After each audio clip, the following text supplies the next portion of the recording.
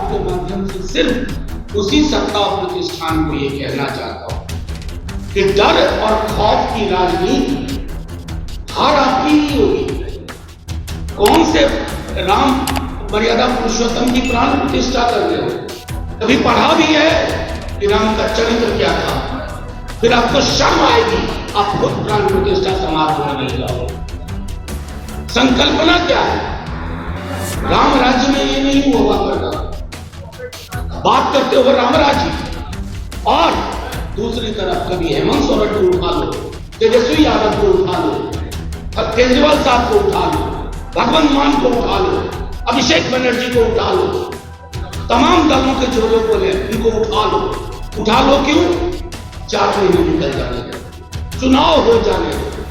तो अगर इस प्रकार से आपने सोचा है तो आपके माध्यम से मैंने जानबूझकर आज ये प्रेस कॉन्फ्रेंस रखी है कि जो कोई भी अधिकारी पर्चा लेकर के दल से ही घूमने वाले हैं, सावधान हो जाए। इस तरह की राजनीति का उपकरण आप बन रहे हैं, इंस्ट्रूमेंट बन रहे हैं, बीजेपी के हाथ में, बीजेपी के दफ्तर से गाइडेड हो रहे हैं। आप फिर जानते नहीं दलों में चल रहे हैं। देखिए 22 जनवरी को अयोध्या में रामलला का प्राण प्रतिष्ठा होगा। आपको बताते चले कि सुप्रीम कोर्ट के आदेश के बाद से मंदिर का निर्माण भी हुआ और 22 जनवरी को भव्य या एक तरीके से कहे कि देश के कोने कोने से लोग पहुंच रहे हैं। बीजेपी भी पूरी तरीके से तैयार हो गई है, एक्टिव है राम मंदिर को लेकर के। पूरी तरीके से अलग अलग जगह पे प्रचार भी किए जा रहे हैं, वहीं ट्रस्ट के द्वारा आमंत्रण भी भेजे जा रहे हैं। लेकिन आपको बताते चले कि आरजेडी की तरफ से आज प्रेस वार्ता करते हुए मनोज झा ने साफ साफ कह दिया कि जिस तरीके से एक तरफ देश में जो है 22 जनवरी का जश्न मनाने की तैयारी हो रही है, वहीं दूसरी तरफ बीजेपी के इशारे पर जो ईडी, सीबीआई जो आदि कंपनियां हैं, इंडिया गठबंधन के नेताओं पर शिकंजा कसने जा रही हैं। एक तरीके से कहे कि दुरुपयोग किया जा रहा है, फंसाने की कोशिश की जा रही है। सुनिए क्या कुछ कह रहे हैं मनोज झा। आज आपके समक्ष आने के पीछे एक खास वजह है। राष्ट्रीय जनता दल अपने जन्म काल से भारतीय जनता पार्टी के संकीर्ण विचार, उनके ध्रुवीकरण की राजनीति, उनका मनोवाद के साथ नैसर्गिक संबंध, उसके खिलाफ लड़ता था। हमने कभी तराजू पे तौल के लाभ हानि के आधार पर अपनी राजनीति कि तराजू में जो पल रहा हमें दिखा पड़े भारी, उधर चले। आज आपसे जो बात मैं कहने जा रहा हूं बहुत चिंता का विषय है। आज से लेकर 22 जनवरी के बीच में,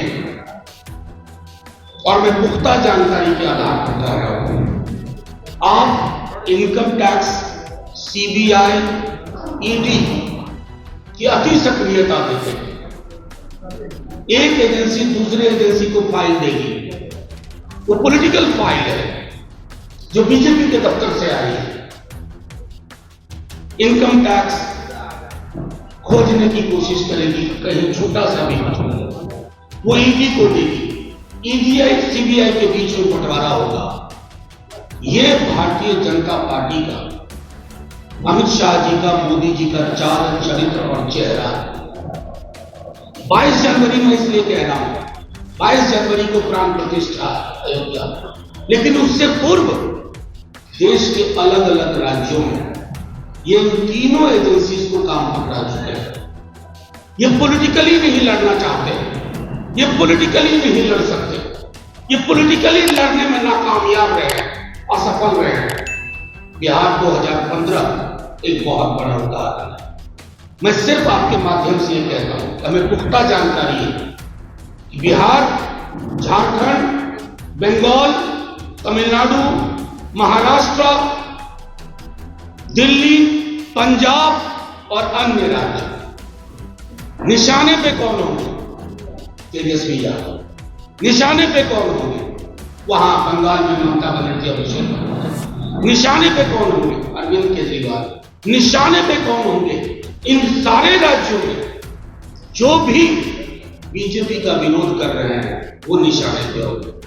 केस मुकदमे में मेरिट नहीं देखा जा रहा है। 4 महीने उलझाने की साजिश है, जनवरी से लेकर के अप्रैल के आखिरी हफ्ते तक 4 महीने, उसके बाद आपको कोई खबर नहीं मिलेगी कि फलाने मुकदमे का क्या हुआ। लेकिन इन 4 महीने आपको भी उलझा के रखा जाएगा। आपको एजेंडा आएगा, कोई जोशी साहब है वहां पीएमओ में बैठे हुए, वो एजेंडा देंगे आज रेड पड़ने वाली है, 48 घंटे यही खबर चलाओ। मैं सिर्फ आपके माध्यम से केंद्र की सरकार को भी कहता हूं कि जिन एजेंसी से आप ये काम करवा रहे हैं, उन्हीं एजेंसीज ने, क्योंकि वहां कुछ ईमानदार लोग भी है ना, वो सिर्फ आपकी तुड़ ही नहीं बजाएंगे। उन्होंने भी कहा है कि सर ऐसा ये लोग कोशिश कर रहे हैं कि लोकसभा चुनाव से पूर्व इन तमाम एंटी बीजेपी महत्वपूर्ण चेहरों को उलझा के, और ये मैं पूरे होशो हवास में कह रहा हूं, चलाइए, छापिए। ईडी, आईटी, सीबीआई के अधिकारियों ने, उच्चतर से लेकर निम्नतम कर्मचारियों ने कहा कि सर ये लोग आप लोगों को उलझा कर रखेंगे। आपके माध्यम से सिर्फ उसी सत्ता प्रतिष्ठान को ये कहना चाहता हूं कि डर और खौफ की राजनीति हार आपकी ही होगी। कौन से राम मर्यादा पुरुषोत्तम की प्राण प्रतिष्ठा कर रहे हैं? कभी पढ़ा भी है कि राम का चरित्र क्या था? फिर आपको शर्म आएगी, आप खुद प्राण प्रतिष्ठा समाप्त होने नहीं जाओगे। संकल्पना क्या है? राम राज्य में ये नहीं हुआ करता। बात करते हो राम राज्य, और दूसरी तरफ कभी हेमंत सोरेन को उठा लो, तेजस्वी यादव को उठा लो, केजरीवाल साहब को उठा लो, भगवंत मान को उठा लो, अभिषेक बनर्जी को उठा लो, तमाम दलों के जो लोग बोले उनको उठा लो। उठा लो क्यों? 4 महीने निकल जाने दो, चुनाव हो जाने दो। तो अगर इस प्रकार से आपने सोचा है, तो आपके माध्यम से मैंने जानबूझकर आज ये प्रेस कॉन्फ्रेंस रखी है कि जो कोई भी अधिकारी पर्चा लेकर के कल से ही घूमने वाले हैं, सावधान हो जाए। इस तरह की राजनीति का उपकरण आप बन रहे हैं, इंस्ट्रूमेंट बन रहे हैं, बीजेपी के हाथ में, बीजेपी के दफ्तर से गाइडेड हो रहे हैं। आप फिर जानते नहीं इन दलों को चलिए। खास तौर पर मैं अपने दल की बात करूं, हमारी जिंदगी का, इस दल की जिंदगी का एक बड़ा हिस्सा बीजेपी को उसकी हैसियत बताने में गई, और हम हैसियत बताने की राजनीति करते रहेंगे, क्योंकि हमारे एक हाथ में बाबा साहब का संविधान है और दूसरे हाथ में लोहिया जेपी कर्पूरी का एक समता मूलक समाज की उनकी प्रस्तावना। और उसमें अगर आप सोचोगे ईडी, आईटी, सीबीआई समन भेज करके, ये भेज करके, कुकअप करके, किसी भी तरह के स्टोरी डाल करके सिर्फ उलझाने के लिए, उस राजनीति को विराम दो।